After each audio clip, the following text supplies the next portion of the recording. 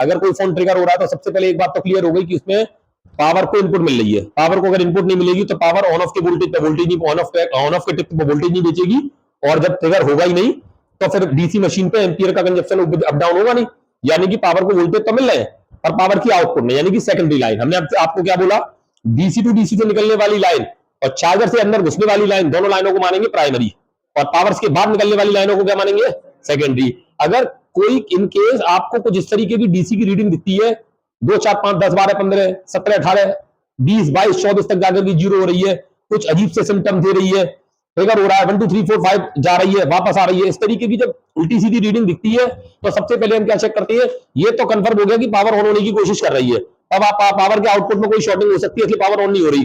Power के आसपास निकलने वाले जितने भी कैपेसिटर है उन कैपेसिटर को चेक करते हैं, लेकिन कई बार हम चेक करने पर जब हमें कोई लाइन शॉर्ट मिल भी गई तो हम ये डिसाइड नहीं कर पाते कि ये लाइन कितने वोल्टेज की है। तो इसके लिए हम एक ऑप्शन का इस्तेमाल कर सकते हैं, वो होता है वोल्टेजेस। इस वोल्टेजेस में जब हम इसको क्लिक करेंगे तो जब वोल्टेज में क्लिक करेंगे तो यहाँ पे लिखा हुआ है CPU voltage before after in out voltage. जब हमने इन आउट वोल्टेज पर क्लिक किया तो इन आउट वोल्टेज पर क्लिक करके पावर के आसपास जितनी भी कैपेसिटर है उन सब पे आपको वोल्टेज की ग्रेन दिखाई दे जाएगी। देखिए आप, तो इससे आप अंदाज लगा सकते हैं कि ये कितने वोल्टेज की लाइन है। देखिए प्रॉब्लम जो आती है वो किसी कंपोनेंट में आने के साथ साथ उसमें आती है, किसमें आती है, ट्रैक में आती है। ट्रैक में लगने वाले सारे कंपोनेंट रिस्पॉन्सिबल हो सकते हैं। और आप देखिए, अब ये देखिए यहां पर देखिए ये लिखा हुआ है, ये लिखा देखिए, ये पावर सेक्शन है। पावर सेक्शन के बाद आपने चेक किया तो आपको ये पता चल जाएगी। देखिए इस पे लिखा है VS2 PMU, power management unit. VS2 पर इसलिए वोल्टेज नहीं लिखे क्योंकि VS2 के वोल्टेज फिक्स होते हैं, बताऊंगा अभी आगे पावर में। अब देखो ये लिखा है VCN 3.3, कितने वोल्टेज, VCN 33 का मतलब है 3.3।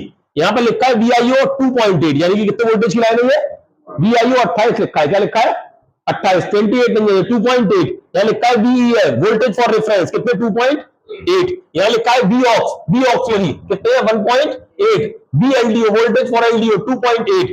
V audio voltage for audio 2.8। VS1 और VS2 की कहानी अलग है। VS1 पर वोल्टेज मिलते हैं आपको 2.05 और VS2 पर आपको वोल्टेज मिलते हैं 1.3।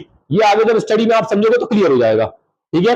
उसके बाद आता है VPA PMU। VPA PMU voltage होते हैं वोल्टेज फॉर PA 4G के लिए आते हैं। मैं एक बात आपको केवल ये दिखाना चाह रहा हूं कि इस स्ट्रक्चर से, इन आउट वोल्टेज से आप ये अंदाज लगा सकते हो कि पावर के पास जो कैपेसिटर दिख रहे हैं उनमें लगभग कौन कौन से वोल्टेज रन करते हैं। डीवीडीडी क्लॉक का मतलब होता है voltage for processor, EMI VDD, DVDD core, DVDD GPU, EMI VDD Q, VDD SRAM, RAM के लिए GPU, ग्राफिक्स यूनिट के वोल्टेज, ये PMU के वोल्टेज, DVDD मॉडेम के वोल्टेज,